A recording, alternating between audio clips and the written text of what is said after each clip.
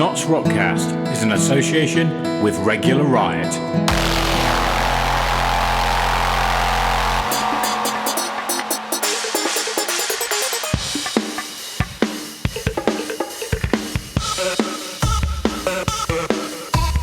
Welcome to NottsRockCast, the Notts Alternative Scene podcast.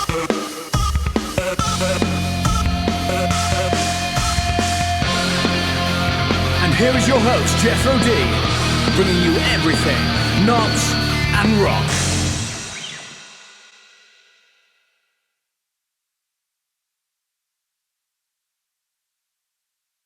Right, Notts Rockers, NRC-042 over YouTube. Yes, I started this podcast and all these videos are coming out simply on the basis I wanted to meet more people. And I did. I made a really good friend out of this next chat. But don't forget, if you hit that subscribe button and ding that bell, you will be notified when more chats come on YouTube and the upcoming show.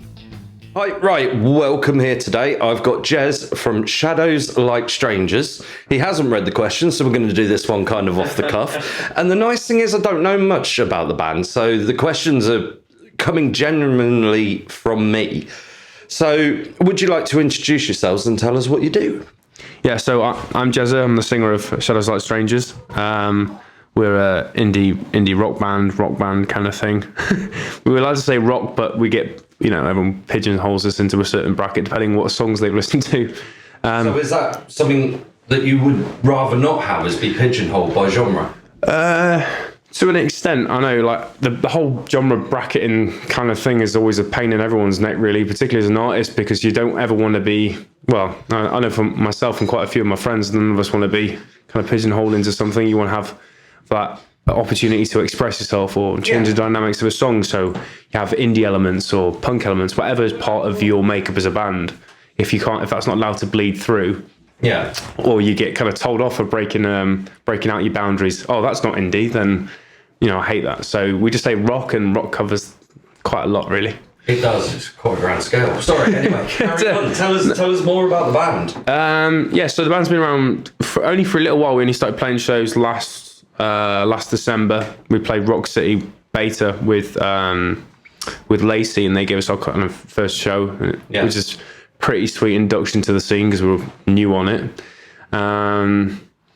But yeah, we've been playing shows kind of between Nottingham and Leeds and Manchester over the last, Sheffield too, over the last year, or just under a year. But yeah, we're fairly new, really. So there isn't too much of a story to tell in terms of what's going on, but there's loads of exciting things happening in the future. Cool. So who's the other members in the band? So we had, basically I started the project a long time ago when we were working with different people. I was working with a lot of different people in Manchester, Leeds, and North Wales. And I basically lay the foundations down for a band to form. And as the songwriter from all my other projects, it felt like the most easy and natural thing to do.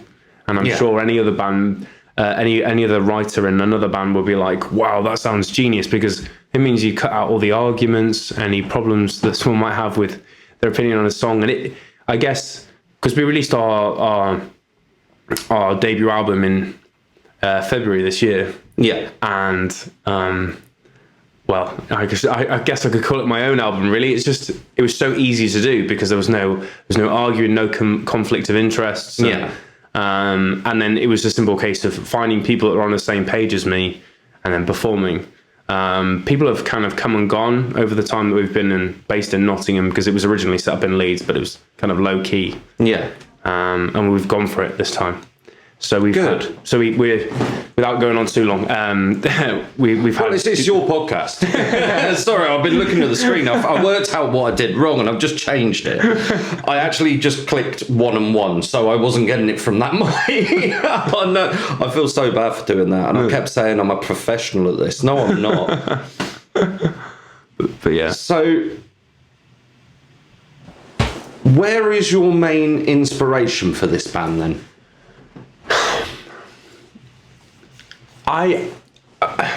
Funnily enough, if you don't mind me referring to another podcast. No, crack on. I didn't want to bring up our references, but I feel empowered to talk about it. Okay. Because I don't think anybody else talks about it. And it's like one of the biggest chapters in the rock music scene, particularly in my kind of element of the alternative rock stuff. We were heavily influenced by Lost Prophets. Oh, right. Very, very long time. Yeah. And what happened was absolutely tragic, but it's such an influential part in the music side of stuff, fortunately, more so than anything. Yeah. That it's a very difficult thing to talk about. So a lot of the times we've kind of called out other influences, and then people are like, well, it doesn't particularly align with how you guys sound. Yeah.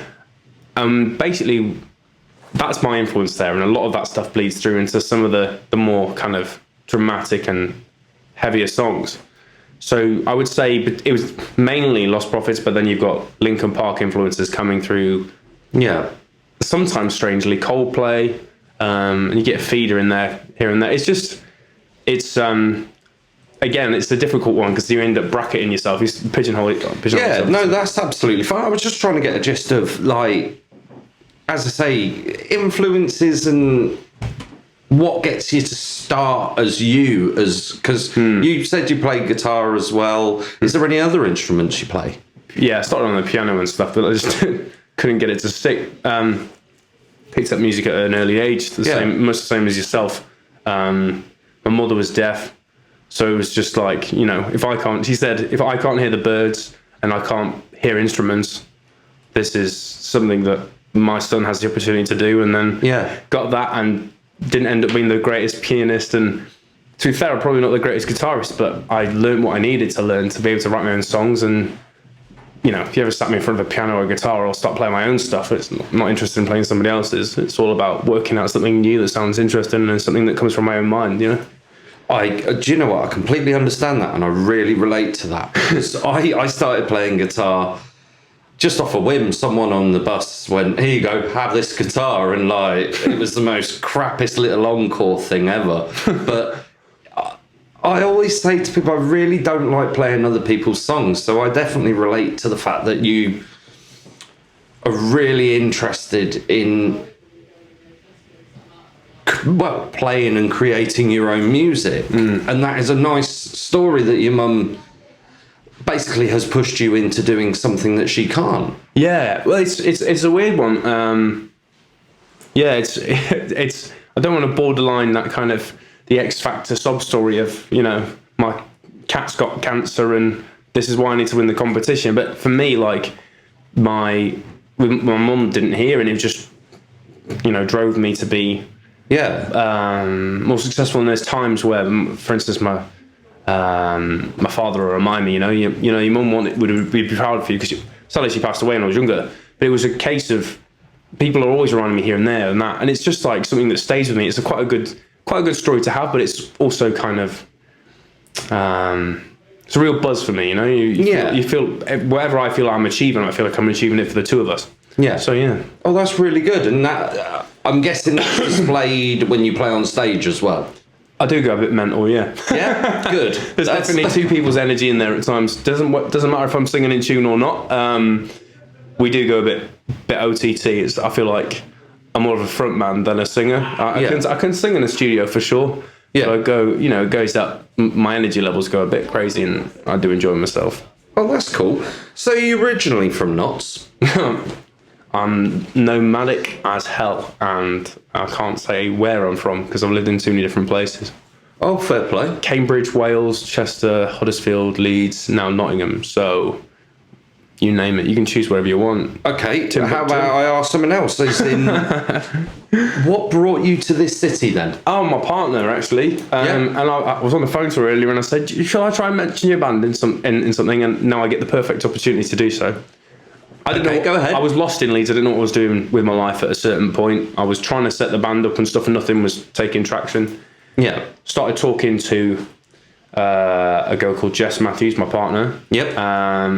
And yeah, we just didn't stop talking. When my brother basically advised me, he said, you should crack on with your music, forget about everything else, just see what else happens. And then first person I spoke to was Jess, and now we've been together for almost 2.5 years now. So yeah.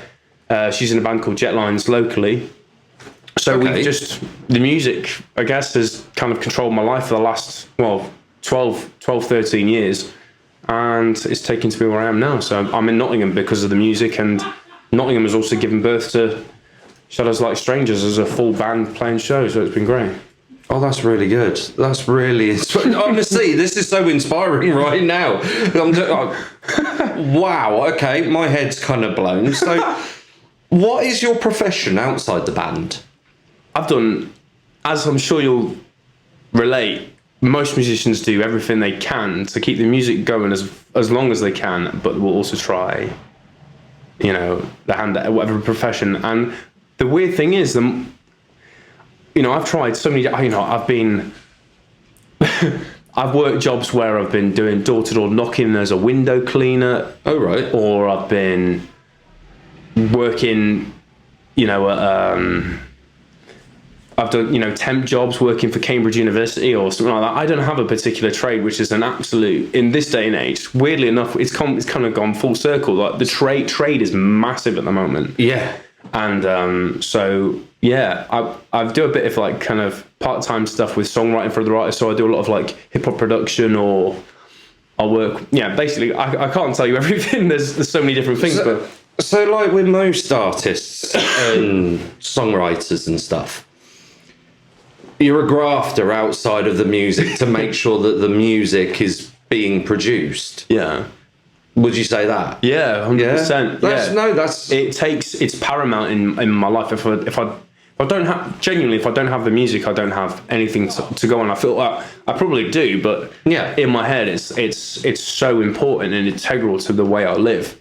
If I don't have the music to look forward to, or a show to look forward to, or I'm not thinking about how the production is going to be on the next single, or who I'm working with, if I don't have like how I'm going to achieve the next thing in my head within my music, I feel like I may as well just be sat on the sofa watching Jeremy Kyle, I'm completely in agreement with that. As you know, I make cables during the day. I make audio cables. I make these 2 cables that I bring with me. I make video cables. I make tattoo cables. But I'm sat there at work, like absolutely grueling. I can't just leave right then and go either fix a bit of equipment or go write a song. And as much as I'd love to be doing that full time, I'm still under the pretense of the fact that I can't get myself past that barrier.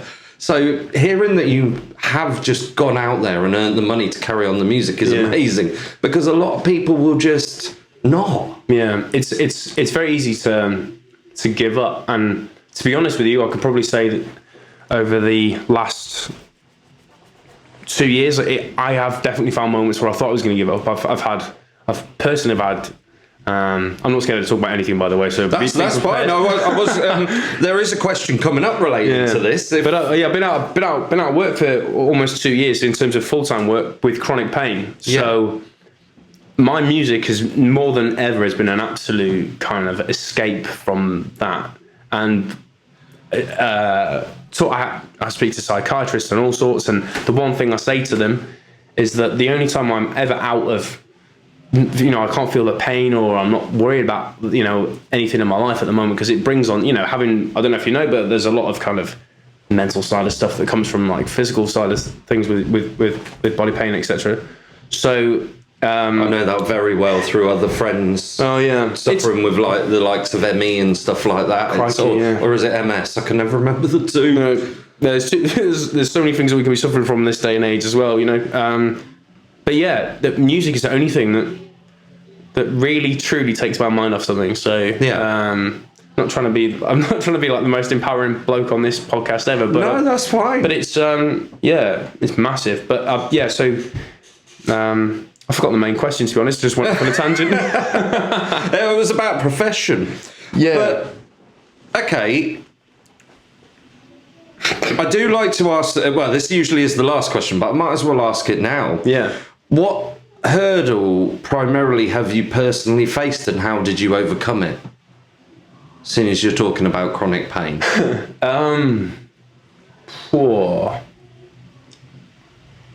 It's difficult, that. Depends whether it's music related or not. But I can talk about anything, really. Yeah. I've never been scared to talk about anything. What one thing Do you know would what you I would say? to basically cheer someone up, I guess? Yeah. Okay, so the biggest hurdle, we'll start with that. The biggest hurdle was that I lost my mother when I was 13. That was a huge hurdle for me. Oh, wow. And the poor woman was obviously deaf, breast cancer twice, and then died of multiple organ failure. So that, for me, at that period in my life, was, it's bad at any moment in anyone's life, but it stayed with me for a very long time. So that was a huge thing. However, if I'm ever going to G anyone up, it's you need to take the time to process your emotions properly. And fortunately, within this last 2 years, I managed to take myself away and just really focus on me, what's been the problem with me. And I've had like lots of mental health issues and all sorts that have come from it. And I can say to you, hand on heart now, that I don't feel like I have the burden that I had at that time. And fortunately, the one thing that is ever present has been music. And as the better in mind I am, the better my music has become, and the further we've gone. And there's other stuff that I'd love to tell you actually that has come from that. So yeah, if you want to talk about hurdles, that's a pretty big one for me, I think. And I honestly think that's absolutely amazing what you've just said. Take the time to process your emotions properly. Yeah.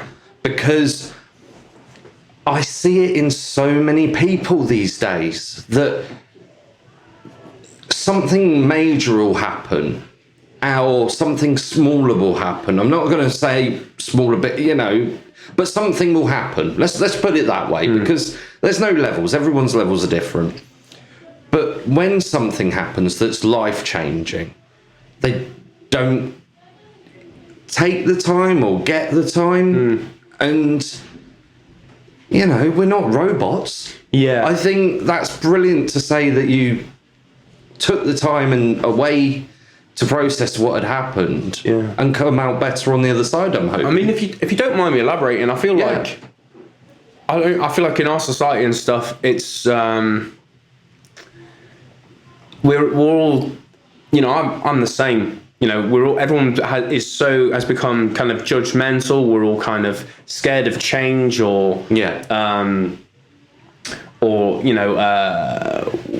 we find other people can be fairly unrelatable. There's so many different kind of cultures now, subcultures. It's difficult to be on the same page as someone. So if you see someone struggling, you're not necessarily, you might see someone and think like, guys, I'm moron, and you don't realise that it's because he's going through something, or this girl over here is going through something. And the stuff isn't always going to work for everyone. But for me personally, I think taking that little bit of kind of time to think about what's going on in my head, and trust me, I tried every therapist in the book. Whatever word you want to put in front of the word therapist, I've been there. But yeah, I think it is a good thing to take the time and stuff, but it might not always work for everyone. But yeah, if you ever want to talk about this at any point, I'm happy to talk about it. I think more people need to do the same thing. I'm completely in agreement with you on that. I wish sometimes I had more time. It sounds like the stupidest thing ever, and I'm like I said to you as we were chatting before, whilst I was trying to set up my equipment and my head was still spinning from being late. I wish I had more time. I've changed the podcast date to try and create more time, and I'm creating more time. Yeah. And to be honest, most of the extra time I'm getting, I am spending with my wife. Yeah. And I am going out and socialising now, and I'm not rushing around, not rushing to get home. And the other thing that I am getting time to do is play Xbox again. And I'm Me too. honestly taking life in my stride now, which is really good. It's all about finding your niche and giving you, time for me is to make sure I get out with my missus and get on the road somewhere, go for a big, a good drive, and then go for a nice walk in the middle of nowhere. Yeah. I need, for me, it's all about isolation. I've totally had to change my philosophy on social media and stuff because I was drowning in it. Yeah. So I've got to be honest, Don't worry, I can cut them bits out. I've got to be honest, I did a podcast. I was being interviewed by another Nottingham podcast. Yeah. And like you're saying there, you're drowning in social media. Most of the things I was talking about in that podcast wasn't really this podcast. It was about social media. Yeah. And it's scary how it is such an integral part of people's lives. Integral's the word, yeah. For and sure. I'm trying so hard to come to I'm at the decision point. It's just how I'm going to action it. But my personal account, I want to close. Yeah. But then I don't want to close it because I can't add certain groups as the podcast. Yeah. So what I really want to do is just unfriend everyone. But I want to do it in the nicest possible way that people don't go, oh, well, he bloody unfriended me. I want to make sure that people know that go and sign up to the podcast. You can email me through that or you can message me through that and you can still see what I'm doing. But at the moment, I have to reserve what I say for the fact of saying something wrong and someone going, oh, well, he does that podcast and then ruin it for everyone else. Yeah. Hence why that's probably the one thing you didn't see not reading the questions. Yeah, totally. There's 2 rules on this podcast. No Brexit, no politics. Anything else goes. I'm down with that. I most of my friends. And fuck, it's explicit. Well, I'm glad you said that. A lot of my friends vote the opposite way from me and have different views on loads of things in life. I'm not even bothered about talking about it. Brilliant. Okay. What can... Oh, no, I've done kind of that one. Done that one. Right, any special mentions about yourself or something that people probably don't know, like a stamp collecting hobby? What takes you away from music when you walk away from it? See, the music takes me away from everything else, but I would say probably football. And it is rather shameful, but I do support Manchester United. Fair enough. Just the same way that Paul does. And as you can imagine, finding other band members who don't support Manchester United is fairly divisive. Yeah. But yeah, that's probably... Yeah, I love football. Much the same as I forgot his name now, the frontman from Neck Deep. He signed for a football team. I used to live in Colwyn Bay, just down the road. Yeah, and he signed for this team. I think it's Penryn Bay or something. And I thought, growing up as I don't know if it's the same for you, but I grew up where the rockers wouldn't be the lads out playing football on your school lunchtime break, or it was always the kind of like the would be in the music room, or exactly, or in the corner smoking with our guitars on our laps. Yeah, exactly. I've always been, and I think Paul's much the same in the band as well. We're both kind of. I don't like being put in a mould. I think that's kind of become apparent across this whole podcast, doesn't it? Is that. Always done something, always they kind of do a bit of something here and a bit of something there, and But yeah, football, 100%. If there's anything that takes me out of anything, or maybe a long walk in the middle of the mountains, somewhere be beautiful. But that's what quite a lot of people say. What about you? Me, Xbox. I'm trying to find other interests that are going to take me away. That's not playing with trains. But yeah, we've got our own niches, haven't we? Yeah, and to be honest, I started a hobby of model training, and I'd built a really expensive layout, which is now sat in my living room, and it is covered in an inch of dust because I honestly don't want to touch that thing. It's beautiful. Yeah. It just needs a lot of work to it. A lot of electronics went into it, a lot of engineering and stuff. But yeah, it did take me away for a while, but... So it got derailed, if you'll excuse the pun. Yeah. No, puns are brilliant. I tell dad jokes. Yeah, me too. Sometime he gets them. Right, I'm going to bring this part to a close. Of course. And then we'll have a break, and then do the second half, which is about Knots and Rock. Smashing. Just wanted to give you a subtle reminder, if you actually go and listen to the podcast on a podcast player, you will listen to music in the interval. So anyway, let's go on with the second half of the chat. Yeah, this part's Knots and Rock. Yeah. So, right, I'm back with Jezza. Everyone calls me Jezza, yeah. Shadows Like Strangers. Indeed. Where did you get the name? We stole it from. Now I've been quoting this wrong. I've been quoting this wrong for a while actually, but it's so there's a song called "Join the Club" by Bring Me the Horizon. Yeah, it was an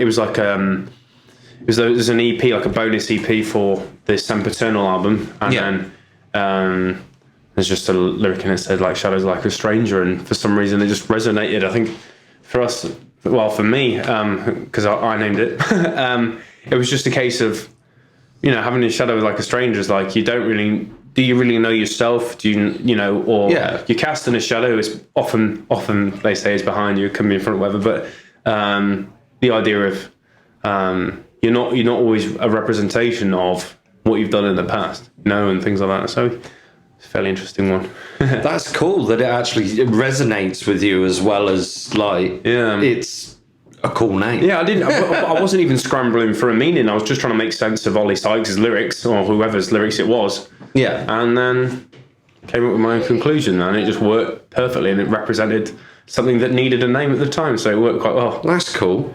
Sorry, you were saying about the bands that you just listened to during the break. In the South. We're here in the Salutation, in the Cromwell Snug as usual. Keep forgetting to say that. Yeah. Well, whilst grabbing a nice little beverage, they played Jimmy Eat World and Alien Ant Farm back to back, which are the two other bands I was going to mention and just totally forgot to even say. But again, there are probably 100 other bands I could list, but those are the two kind of Salt, Sweat, Sugar, and the movies and stuff. That first, my first ever rock record was that Alien Ant Farm album as well. Anthology. Anthology, Anthology. Yeah, it was, that was a smash. I love that album. I love that album to bits. It's one of the first albums that I bought when I was younger. And apart from the two well-known songs, the rest of that album is absolute gold. Yeah, I know, yeah. And when I finally got to see Alien Ant Farm live, which was, almost 10 years ago now. No, not 10. It must be 6, thinking about it. Yeah, it was 6 years ago when I last saw them in Rock City. And POD were playing with them. Oh, I know this Hoobastank. tour. I know the tour. Me and the missus have been listening to Hoobastank earlier today, weirdly enough. I love that bracket music. I'm not all that mad about Hoobastank. A bit like 4 or 5 decent tracks. Do you mind if I ask your age? 29. Oh, right, okay. So you are kind of... I don't look... Because I'm 34. Honestly, I'm thinking he's quoting all this stuff from my... school era. Oh, we're in the same. Yeah, bracket. we're definitely in the same bracket on that one. That's quite amazing. Because it's one of the little stories that I keep telling people, and you're probably not going to agree with me here. And this is what I like we'll see. about having a discussion. People don't ever have to agree. Now, when I saw the bill, which was Alien Ant Farm, POD, and Hoobastank, I thought that was the bill, right? As in, Alien Ant Farm were headlining, POD was supporting, and Hoobastank were coming on first. Yeah. And it was completely the other way around. Now, I don't know what they've done with the poster, because nearly everyone else in there, around my era and slightly older, all thought the same thing. So when we got there and realised Alien Ant Farm were already on, it was like everybody kind of rushed in, and then as soon as they finished, everybody just flooded the bar. Are you sure they didn't alternate across the tour? I don't know. Because that's an option, isn't it, when you've got those three? I agree with you, though, because the weird thing is that, again, we were discussing it today, is because we talk a lot more industry side of stuff than just sheer music. Yeah. But me and the missus noticed, we were like, the Hoobastank numbers are crazy. If you look, you don't see POD or Alien Ant Farm, although there's that one Alien Ant Farm video. I can't remember what video it is now, and they're all on it's on their second album, I think. They're all on a rooftop. There's an award ceremony and they gate crash it from this rooftop. But Hoobastank are getting Kanye West and I forgot his name is now, from Good Charlotte, and what's another thing? Oh, Chester Bennington involved in stuff. Yeah. And they, again, the guys from Lost Prophets were working on some of the Hoobastank album songs, so they must have been on either similar labels or similar circles. Yeah. But I think those guys were pushing the biggest numbers out of all of them. See, this is what I mean. This is a different experience for me, because everybody thoroughly enjoyed Alien Ant Farm. Everybody went mad for POD. As soon as POD came off stage, nearly the whole of Rock City cleared. I don't know what the hell it was at that period, but everyone was like, well, we only know one song by Hoobastank, but we know everything from POD and Alien Ant Farm, and the tap just filled up when Hoobastank was on. So that's quite random that you say that they were so big, in your opinion, because I didn't really know much about them. Well, they're the band that everyone loved to hate, I think, when we were younger, for sure. Yeah. Because they had that pop element, and they were known for their... that song, The Reason, that was their break. Well, I wouldn't say it was their breakthrough song. It was racking my brain then. Crawling in the Dark was their breakthrough single. But the breakthrough album, first huge major album was I can't remember, I think it was Infinity or whatever it was called, the second album. And it had the Infinity thing on it, whatever. And The Reason was just, the absolute ballad of a song. Do you know what's really come to mind right now? Three Doors Down, Kryptonite. Yeah. What a song. What a video. What a song to see some old man running around in his underwear. That, honestly, when you talk about songs from that era, that is the one song, if someone says, think of a music video, and it's going to either be Alien Ant Farm, Smooth Criminal, or it's going to be Kryptonite by Three Doors Down. Yeah, because them videos really meant... For me, it was Sum 41 In Too Deep, just because of the swimming pool thing. That's the only thing. Do you remember the diving competition? At the end, they had an extra part, didn't they, where they did the kind of glam piss take at the end as well. If you saw the full video, they had a glam piss take at the end where they got in all like leathers and leopard print and everything. Oh wait, no, I might have seen that actually. Yeah, I might have seen that. It rings a bell, that. But that could have just been one of my dreams. So. I think the other one was Dig. Yeah, maybe. I'm not sure. That was, Oh. But anyway, let's talk. Now we talked a lot about rock and stuff. That's awesome. I think we could talk all day long. We probably will do going through the questions. Yeah. I know it's a loaded question. I am going to try and change these at some point. What do you love and enjoy about Notts itself, and not so much the alternative scene in Notts? Well, that's my answer out the question then, isn't it, really? So that's what it's bloody great for. Someone has already said that as well. I believe it was Cottonmouth that said it. Yeah, well, it's just mad, isn't it, when you think about it? Like, I can say from experience, Yeah, because because of so nomadic. Yeah. There isn't a more open, competitive rock scene in the country outside of London. Yeah. Maybe you could say Manchester, but that's more indie. So, and I literally love the alt rock scene around here. I think Edinburgh is good. Oh well, yeah, yeah. Within England, not as good as Notts, but within England, that counts. Yeah, well, it's definitely better than a lot of the bands I encountered in North Wales. I'll tell you that for sure. But yeah, it's just Nottingham is a great. It's a great little city, is what I'll say. Having spent a lot of time growing up near Chester as well, it's like a combination of living in Chester and Leeds for me. There's a lot of the modern stuff going on. There's a lot of connections with London. Yeah. But I wouldn't say there's anything that particularly stands out, because it does, like, you don't feel like you're in a small city. It is a very small city. But I think the thing for me, I don't know, it probably sounds really boring, but the thing for me in Nottingham is you can be in a city centre or out in the sticks within like less than 20 minutes. Yeah. In the car, maybe less than 10 minutes at times. The probably best thing for me is just the ability to escape, which has become, as you'll have probably gathered from the rest of the podcast, is an ideal thing for me to do. So, but you're not alone in that. But it's very, very homely. The culture's great. There isn't so much hate between all the bands as well, which is bloody fantastic. Yeah. Restaurants, bars, you name it. Everything's great here. There's nothing. I don't think I can complain about anything apart from maybe if you get stuck in Sports Direct looking at shoes on a Saturday afternoon. Then that was maybe the first day I was like, you know what, I need to go into therapy. that's quite a low point. I like it. All I can imagine now is being tortured by going to buy shoes in Sports Direct and then going straight across the road to Primark to go buy T-shirts for work. Well, it sounds beautiful, doesn't it, when you think about it? Only 2 seconds. And then having a McDonald's right after that. I was going to say, 2 seconds away from being dribbled on by someone outside McDonald's. So, But yeah, Nottingham's a great place in that. Cool. Because of the rock scene, I can say that. Good. Hence why I started the podcast. I'm glad that I'm not just spouting my mouth off about something that doesn't actually exist. And I think from the 39 podcasts that have already been out, yes, it's apparent, regardless of what part of the scene you're in. So, moving back to kind of the Notts thing and less of the alternative, well, it can be part of the alternative scene, but could you tell us a story or something locally interesting that you've learned in Notts? There's something I've learned in Nottingham in terms of something like a myth or... Oh, a myth. Now, I'm very good at keeping myself to myself, so that's a tricky one. Cool.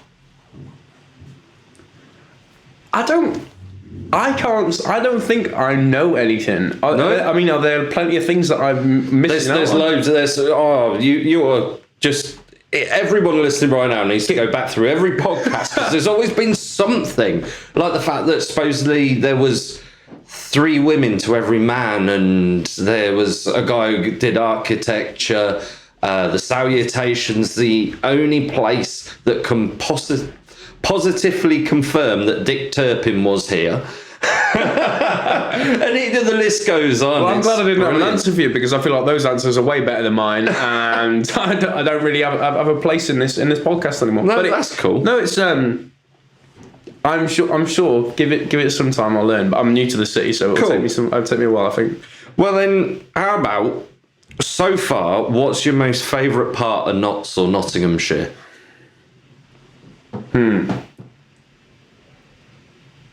When you go for a drive, where's the one place that you could go every time and not get bored? Crap. That's difficult. Weirdly enough, I found a place near Underwood on the other side of the M1. I guess I don't know if that's Derbyshire or not, but that's close enough. Close enough, yeah. And they're literally fields, woods, everything. Just like you can walk and be lost, and that for me is perfect in terms of being in the city. Because I love my city bars and stuff, and I like my rock venues. So I do spend a lot of time in Hockley. I think Hockley is a fantastic area. Yeah. I mean, it's a bit student predominant, and I know a lot of people like it like that. Some of us don't. The whole of Notts is student prominent because it's a university city. yeah, I would say anything that's kind of governed by the DHP family in terms of the venues and stuff. Yeah, that is a bit. I mean, I'm sure there'll be a lot of people a bit bitter about the competition, but that is a bit of a blessing on Nottingham, I think. Yeah. That's probably, if I'm in like Bodega and there's a great band on, that's the best thing about it. Do you know what I mean? It depends what the time is at the moment, or Sorry, that's a bit of a lame answer. No, that's not at all. It's nice to hear that someone's got a different approach from the because this is something that I keep trying to get across in this podcast. It's not just about metal. It's not just about rock. It's about the alternative scene. The alternative scene encompasses singer-songwriters, acoustic artists, and stuff like that. The problem is, I know too many metalheads and not enough singer-songwriters. So it's something I am trying to improve at the moment. Do you know what I wanted to touch on this actually today, because I feel like the the alternative scene and stuff, I don't think alternative does it justice. Oh, right. I feel that the true musicians will always pay credit to an artist that's encouraged them from the supposedly the alt rock scene. Yeah. And the alt rock scene was originally just the rock scene. Yeah. And or the alternate scene was everything was born of pop or rock or something, way back. Yeah. And I feel like this alt thing is kind of like distance. There's a big distance in the, I'm probably talking about this in a bit more of the financial side of stuff. No, that's fine. But there's a massive, like, it's almost like someone's put the rock scene in a compressor, because it just, and not for or a limiter, I should say, actually. It's probably a limiter. Yeah, it's just because it feels like it doesn't matter how well a band succeeds and stuff. If they want to be successful, they have to leave the alternative scene. Whereas I'm sure you'll agree, the most talented guitarists, the most talented singers, songwriters, songers, and drummers are all part of the alternative scene. Yeah. It really, I find it. I was really thinking about it the other day. I find it. I get a lot of headspaces. Have you watched Hired Gun, the documentary? No, I haven't, but I will now. Oh my god, I've just blanked on his name. Five Finger Death Punch guitarist. Oh, I couldn't tell you that. No, I can't. I'm blanking on it. So something Lee, I think, and I'm probably getting everyone going. Ah! But he decided to do a documentary on hired guns because he was a hired gun for so many years, and he worked with the likes of Miley Cyrus, Alice Cooper, and then he delved into loads of other names, and I wish I could remember half the names that were in this documentary, but people working for pop artists and stuff, and all of them were deadly into rock. So I'm like, It's the machine. and like you're saying, it's something. Oh, something hard to describe, in my opinion. I just don't I'd think watch that movie. Yeah. Hired Gun. It was on Netflix. I don't know whether it still is. I hope but it is. Look it up. Best place to be. Isn't it? Yeah. I think. That's probably a great example, isn't it? You know, I think one guy that offers a lot of insight, and a lot of his producers do as well, is Liam Gallagher. Yeah. In terms of, I know it's not the alternative side of stuff, but the rock and roll, it is still classed as rock and roll, I guess.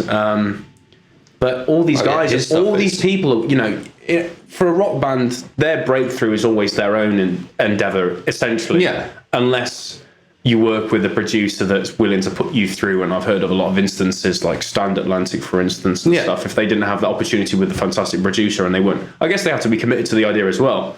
People don't break through, and I feel like there's a lot of times where someone sees this talent, gets this bloke, you need to write a song for somebody else, and that guy's like, well, I guess I have to.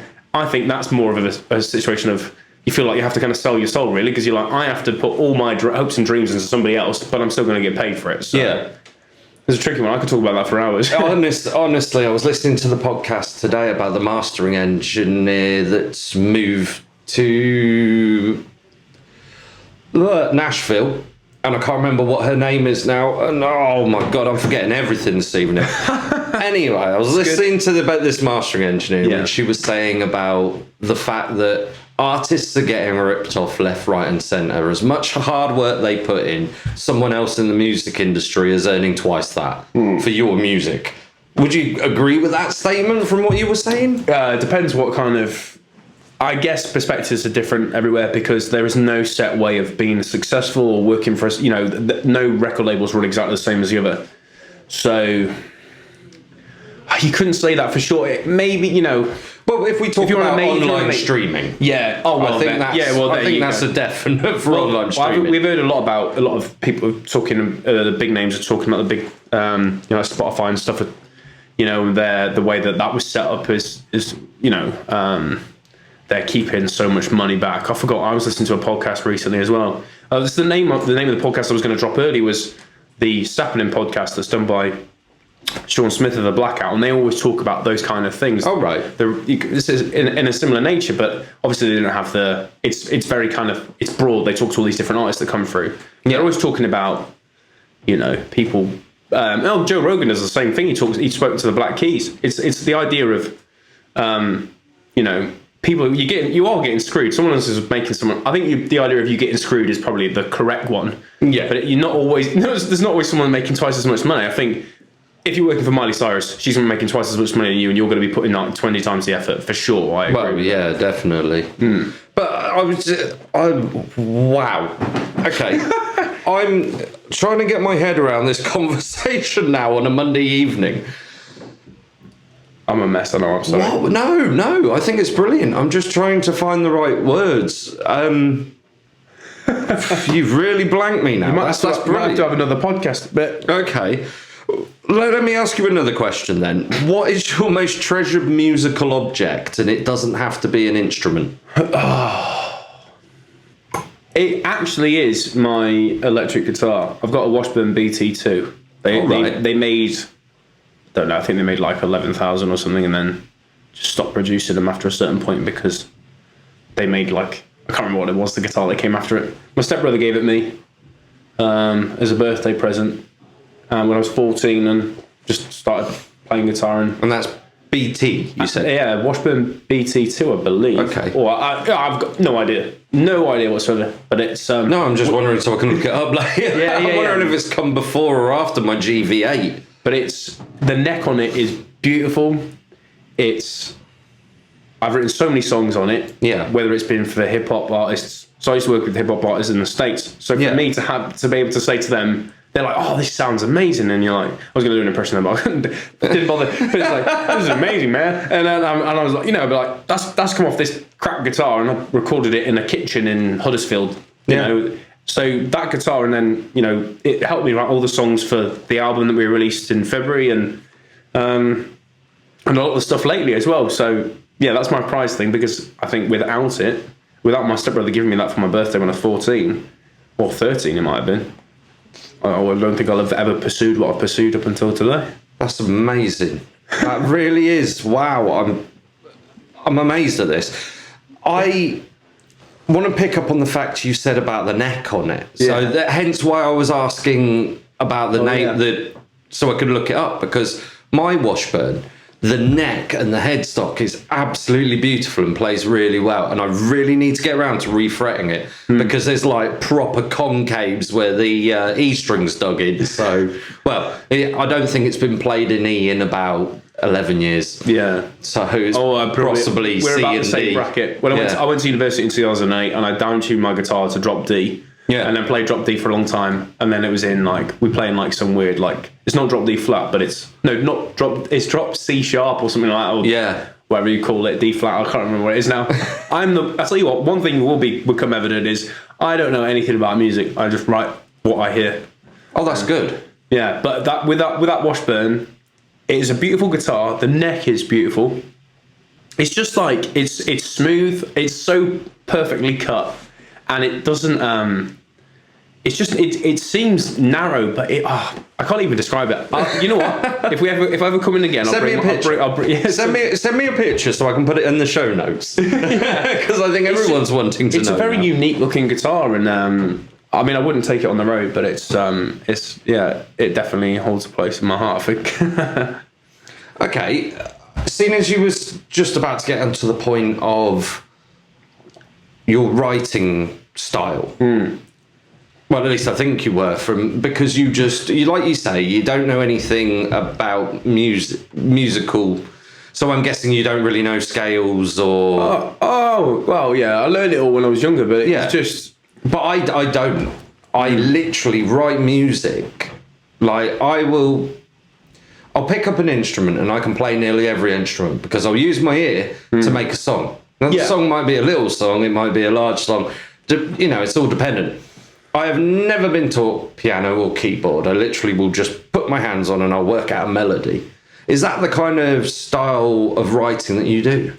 Yeah, well, I'm much the same as you. Like when I played the piano, I just, I used to pass all my exams, got to grade 6 on the piano, jazz piano as well. Just by playing back what the guy said. So you're a lot higher than me in terms of theory. but I just played by ear, Yeah. The guy would say, you've got to either read it or play it, and I was like, well, there's no way I'm going to read that. I don't even know what it means. I've got a degree in popular music production and performance, and I had to do music theory, and I have no idea what anything meant. I got through past my degree. I didn't get a great mark for it, and. I think I'm doing all right, and I think you're doing all right too, given the extent of the stuff that we've worked on. I think music, if it means something to you, and I think if you find yourself being technically gifted or you can write songs or whatever, if it works, it works. It's the same with anything in life. You wouldn't stop a businessman from being, having an amazing business just because he's being successful, but he hasn't done it the same way that everybody else has done it. Yeah. You don't always have to do everything by the book, which is probably a good choice of words. I completely agree with that. Yeah. I really agree with that. That is something that I try and get across to a lot of people, because people will be telling me about all these technical ways of making music. And I'm just like, can't you just write a riff that I enjoy?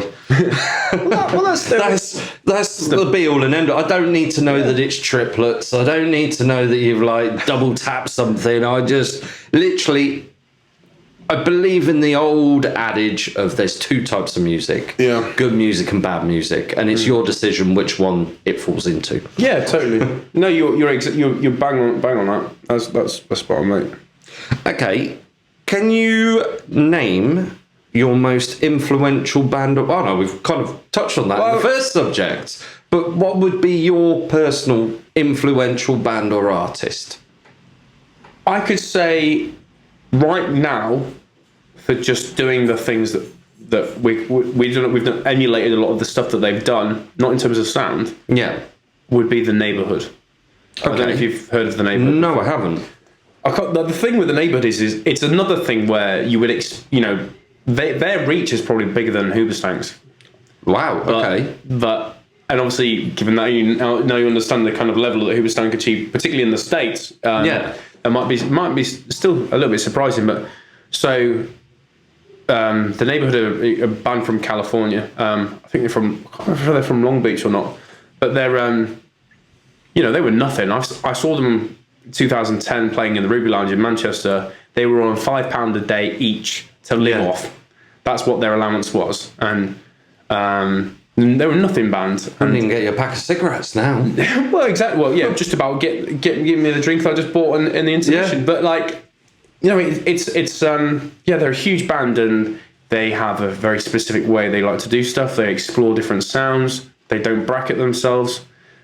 Give or take some of the stuff. I don't not always agree with the stuff that the lead singer Jesse Rutherford, a fantastic singer and songwriter.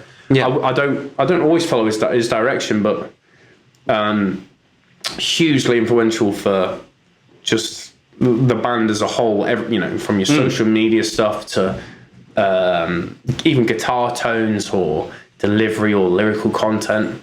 Yeah, The Neighbourhood, massive. If you haven't listened to them, just I'm going to when I play this back and go through the editing part of it, and I will have a listen to them. And I will apologise if you hear this kind of white noise in the background. I bought a new MacBook and I didn't realise it sounded that bloody loud. It's all right. I thought there was a plane coming down. No, it doesn't sound too bad. No, it's snazzy, that. Yeah, 350 quid. It's got a dodgy key and a bit of the retina screen's a bit funky. It's 2012, but it does what I need it to do. Yeah, exactly. Exactly. Right, name what you're excited about in the upcoming 6 months. For the band? For the band, for you personally? For the band, I think is like I said, because it gives you that the band and me, and it's synonymous in it. It's Legion. Yeah, exactly. yeah. That's a better choice of words as well. So I don't want to chat crap and stuff. I'm just going to say what's going on, and so we're working with Stu Richardson, who was currently the bassist for No Devotion and Thursday. He was previously in Lost Prophets. Right. He is producing our single, As It Happens. Oh, cool. It took ages to get it done because it got interrupted by a tornado, which is the Hurricane Dorian. Oh, yeah. Hurricane, yeah. And then, so we're working on that at the moment. So in fact, we get to hear how that sounds tomorrow evening, I think. Oh, good. Oh, no, it's been a long time in the making as well. We've been writing that song for 6-7 months or something overall. Everyone keeps walking past the door, putting their thumbs up to me. Sorry. It's okay. And then we're working with Tom Sykes of 7 Point. I think it's 7 Point Media. I can never remember. I'd be pissed off that I don't mention it correctly. But so we're working with him as well. That's Ollie Sykes' brother, so he does a lot of the design work for Drop Dead, I think. But yeah, so we're working with him. So there's a lot of kind of exciting stuff coming up. We've got a headline show in Leeds in Hedra House. I used to live in Leeds, so Hedra House was like one of my favourite places to be. So I'm really excited about that.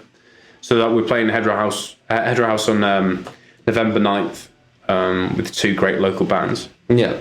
And then the furthest thing that glistens in the distance for us is we've got a headliner at the Bodega on the 21st of March next year, which is a long way off still, but we're very much looking forward to that because that's so it will be our second headliner in in the city, because our first one was at the Angel Microbrewery. Yeah. But yeah, we're really looking forward to that, because it's, you know, one of the better, more renowned venues, and we're hoping to get a pretty sweet lineup booked in as well. So Cool. yeah, exciting times ahead. And I don't want to make anything sound like we're bragging, by the way. I'm buzzing that we're working with the people we're working with, and it shows that, given that I've been in the industry for 13 years, Yeah. if you can call it industry at times, it shows that hard work does pay off to an extent. I'm not saying we've made it. I'm not saying we've achieved anything yet. But just to be working with my own heroes as a lad that grew up in North Wales when I started out. Yeah. To be working with my idols and my heroes and stuff, and people like Jason Perry from A have listened to some of the tracks, or Oh my God, I haven't heard that band in years. yeah, that was another thing. We were talking about a band that played in Rock City, and we were surprised the lineup. We had Wheatus come and play. Yeah. Before A were playing. Oh Christ, yeah. Oh, I wanted to get to that, and I can't remember what happened, but I couldn't make that tape. I was really, really, really unimpressed with Wheatus, I have to be honest. Really? Yeah, and I hope they don't listen. But I don't know yet. Well, they played the one song everybody knows, and the rest of the songs, as I heard from other people's experiences, were so bad that you just can't believe that they were on a record label and they were, allowed to tour extensively. Yeah. And people were still, there wasn't so many bad reviews out there that people were buying tickets, because I shouted out thinking, this is. I remember I was pretty drunk at this point, because I was so bored of their set, and I was like, just get A on, come on and save the day. They'd had In Me on before, who were not my cup of tea, but they were great performance. Any band that you don't like, you can tell when they're great live, and if people are enjoying it, that's enough for me. This Wheatus were on, they were terrible, and I shouted out drunkenly at the back with the missus, who was obviously embarrassed. I was like, oh, fucking terrible, get him off. And then this other guy turns around and nods at me. Turns out, about 20 minutes later, he was the drum tech for A, and he said we'd been on the tour with him, and I ate him. Oh God, that's so. Yeah. At least I wasn't the only one, but it was. They were absolutely dreadful. I know I've just gone on a rant about Wheatus now, but no, that's fine. This is what this podcast is about: to go on rants, and it is not to rock. So we're kept within the parameters. I honestly, Wheatus, when that again, like I said earlier. Wow, indeed. Everybody knows them one songs, the famous ones, and I will listen to an album and I will pick up on so many better songs. And I actually said this at work today as well, and I said Wheatus came out with quite a lot of other songs that I really enjoyed musically, and I didn't really like their hit, but everybody these days has to get that hit to get their really good music. Yeah. There. It's all about pissing the veil, isn't it, really? Yeah. I'm sorry for your taste for Wheatus. There's a lot of bands that are the same for me, a lot of bands that, like, for instance, I love the A to pieces. If I didn't have that Hi-Fi Serious album, a lot of my musical tastes wouldn't have kind of generated from that point. I should have said like Linkin Park are one of the most influential albums, because every time I talk about a band that's kind of inflicted on something, I always think about that. Meteora by Linkin Park was like arguably one of the best albums of all time for me personally. I love. Which track is it? Do you know what? I'm forgetting everything this evening. Meteora, like you said, absolutely amazing. I got into Linkin Park, obviously Hybrid Theory. Same, yeah. Now, there was such a controversy when that album came out, because all the original guys that really liked music and alternative music were like, that's not right, that shouldn't be. What's this new metal stuff? It's shit. And that's all I ever hear from people. When they don't understand something, especially music, it gets called shit. Not, don't understand it. Next. Oh, well, to be fair, I think... and I think that's what you were saying earlier, wasn't it? You can be... I think there is a huge deal of naivety in the rock scene, and I've been there, and I know a lot of my mates have been there. And I think as you get older, I think aging does help the process a bit in terms of you become more mature and you can start to appreciate other things a little bit more. Because you realise if you only like one style of music, you become a bit of a kind of, it's just a dead end really. Because you're like, well, you're always trying to look for something that's particularly niche, and then you don't listen to much music. You end up going around in circles. Oh, exactly. But yeah, I forgot, what was the question on that one again? Sorry. It was influential band or artist, I believe. Yeah. But I kind of was just enjoying the fact that we're segueing everywhere. It's me, mate. My mind is a mess. No, it's not. It's absolutely brilliant. And, I can really understand why you're an artist yourself and why you write music, because some of the greatest people in this world and some of the most intelligent people, you can't hold down a conversation with them because their brain's all over the shop. I'll take that as a compliment, but I'm also recognising I'm a little bit mental. Okay, since you've been and played in a few places so far, where's your favourite venue to play so far? Obviously, if you haven't been up to Rock City yet, people are like, I haven't been to Rock City. I want to say Rock City. Rock City would obviously be peak for most people, I think. Well, not peak, but in your local area, playing in front of your mates and friends and family and stuff. It's just like, that's everything. I would say that my favourite place so far that we played was, I played with my previous band in two places. We played with We Are the Ocean at Warehouse 23, and that's in Wakefield. And it's not the best place for music, but the venue's quality. I kind of meant more around Nottingham. Yeah. And then... Where in Notts would you say is the one place that you would recommend a band to go play? Well, you got to play about the Angel. You were talking about Bodega. Lacey played at the arena, didn't they? I've forgotten who they supported now. It might have been Don Broca or something like that. I can't remember. But you've got to aim for that, haven't you? Yeah. You really do have to aim for that. I think in terms of... we played at the Old Angel. That was a great crack because we turned that into our own venue. Basically, we had, balloon drop, smoke machine, banners everywhere. Your band goes the whole 9 yards there. Oh yeah, for sure. Spoiler alert, but we are gonna, for our show at Hedra House, we've seen a lot of photos of previous. We did our research. We spent a lot of time I've always been working with bands for events and things, so I always go the extra mile. And as it happens, we turned Hedra House into... We're going to turn Hedra House into a completely different venue from how it looks. Yeah, it's going to be a bit of a crazy one. We're paying for a full team of people to help us out with it as well. So it's... cool. Yeah, we go the extra mile because if you don't make a difference when you're small, no one's going to give a crap about you. If you're thinking you're a big band, there's no substance to it. You have to go the extra mile, otherwise you won't succeed. So. I completely agree with that. The amount of people that I've spoke to recently after a comment was made on a YouTube video of it doesn't matter if you play in front of 10 people or 10,000 people. Them 10 people are either going to see you play like shit and not come and watch you again, and then tell each one of them 10 people or then tell 10 people that you were crap. So then you've already lost yourself 100 and what odd people. Or... you're going to play brilliantly to 10 people and then 10 people will go tell 10 people each, and before you know it, there's more people coming to your next gig. I think a lot of people don't... There's a lot of bands that don't take it seriously or don't have... or at least they don't have the experience to kind of apply that, and I think I'm so regretful of the chances I spurned. With my previous band we played with... not Manic Street Preachers, I'll never say that, it's horrendous. I forgot what they're called now, Reverend and the Makers. We supported them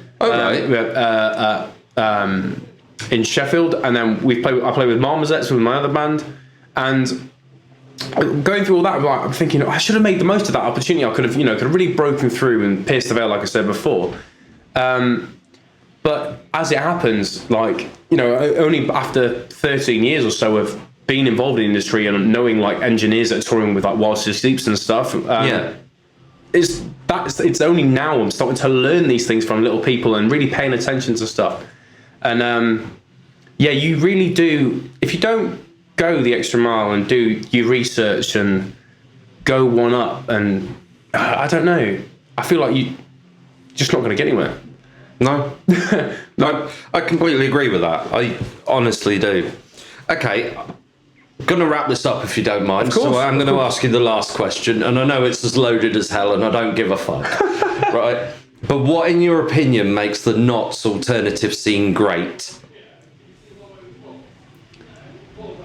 The friendly competition. Yeah? Yeah. And that's probably my most accurate and best answer in terms of not going off on a tangent. I think everybody's nice. Most people are talented, which is a good change from the norm. Yeah. Talented people are recognised and rewarded. Yeah. People like yourself going the extra mile makes a massive difference.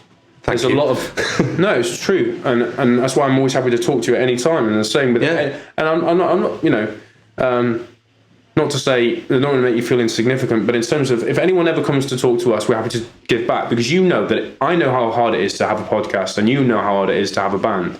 Yeah, and giving a good energy to people and stuff is massive.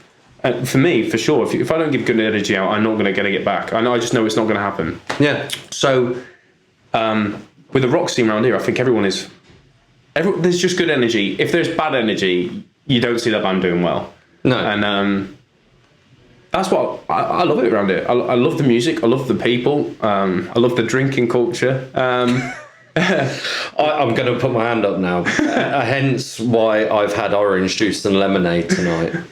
I did some recordings, and I don't feel like I gave it my all, because I already had a couple of drinks at Macmillan Fest, and I feel really bad for the bands. I'm going to get them back in to do full talks, but I have released it just simply for the fact we've all got our demons, or we've got our disability, or whatever you want to call it. Not that I'm calling drinking a disability, but it is a hindrance sometimes. Yeah, sure. So yeah, I understand it is a hard thing to say, I'm taking this on and giving it your all every time. Yeah, well, I'll tell you what, there's praise for saying that, though. I think I'm sure a lot of bands will appreciate it, and I'm sure I'd have done exactly the same. I think we all make mistakes. That's what makes us, isn't it? It's what makes a man. So I'm glad you did. I'm glad you put it out. I want to go have a listen to that now, because I definitely haven't heard that just yet. I've got to be honest as well. Like, I tell people all the time, I learn from mistakes. Some I keep making over and over because I want to learn it thoroughly. But I've only ever learned by making mistakes. I will go headfirst into doing something and I'll fail, but I'll work out why I failed, and then I'll learn it. So, I'll tell you what, if you don't mind me going off on a slight tangent, the best thing about music is, if you do it enough, and I'm sure you do, because we were talking previously about the songs you write and stuff, the more times you do something, the more you start to see a pattern of what works and what doesn't. And you can't do that without making mistakes. And it's present in life, but in everything in your life, every degree of your life. But I feel like mistakes are essential. A lot of people say that, there's no successful businessman on this planet, or no successful band that haven't made a mistake. Yeah. Probably there's a lot of bands that think a whole album is a mistake. But yeah, it's what makes you, man. It's all about your story. And if you don't have a story, then, or at least you haven't got, I feel like if someone's boring and doesn't have a story, it's because they try so hard to make a mistake that their life just becomes dumb and boring and dull. And get out there, make mistakes is my motto. Actually, I'm going to write that on a family crest or something now. Yeah. So go ahead, make a mistake. Right, I want to say thank you very much, but I'm going to give you the last word. So anybody you'd like to give a shout out to, or anything you'd like to say before we press stop? I want to say thank you very much to you for having us. That's absolutely having me, but for being able to represent my band. And if anyone's available, come see Shadows Like Strangers on November 9th at Hedgerow House. Tickets are available via our site. Cool. Make sure you invite me, and I'll give you the shout out the week before. And I appreciate that, man. And then follow Shadows Like Strangers on Instagram, and that's the handle. So. Yeah, Facebook, Instagram, Twitter, wherever you want. Just type Shadows Like Strangers, and it will come up. We've got a good representation, fortunately, somehow. Cool. Good. Right. Thank you very much. Pleasure. Thank you very much, Knots Rockers, for listening to NottsRockCast over YouTube.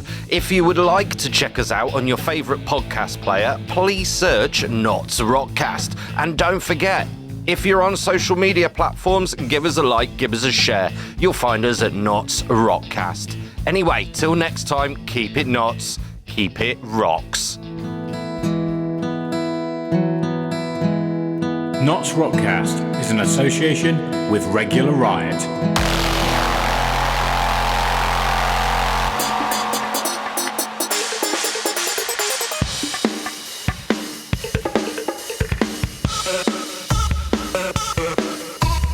Welcome to NottsRockCast, the Notts Alternative Scene podcast.